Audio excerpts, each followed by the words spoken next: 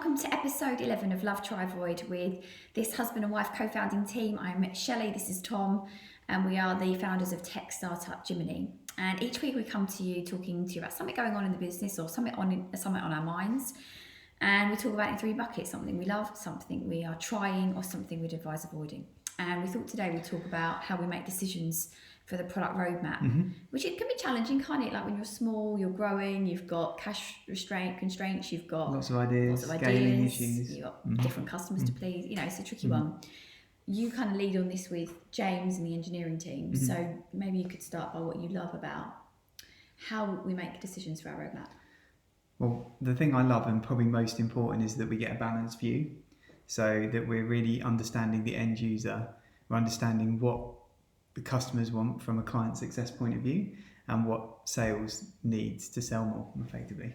It's really important that we get that balance. Yeah, rather than sort of leaning into one and, you know, your whole decision-making process being led by one particular... Yeah, it has to be a healthy mix, yeah. How do you do it? How do you make sure that you're gaining enough data points across those three sources? Yeah, it's really important that you're looking at lots of different sources of truth, but I think, you know, I've said a few times before that, you know, we're all involved in support and we understand what's happening, what the end user is telling us that's going, you know, maybe wrong or what they need. From a customer perspective, that we're on calls, listening to recordings, you know, that's really important. And from a sales perspective, you know, what's in it, you know, what do we need to innovate? What's going to help us sell more? You know, being on those calls, understanding that, being in with the sales team. Yeah, and that's something you're so good at, is always staying so connected to the end user, to the end customer. What about what you would advise? Oh no, sorry, before we do avoid, what are we trying? What are we trying?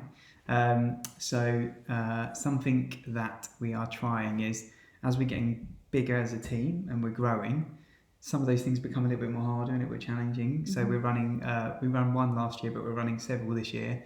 Is like a client advisory board, so we can be closer on certain subjects and topics that we know are really important to our clients.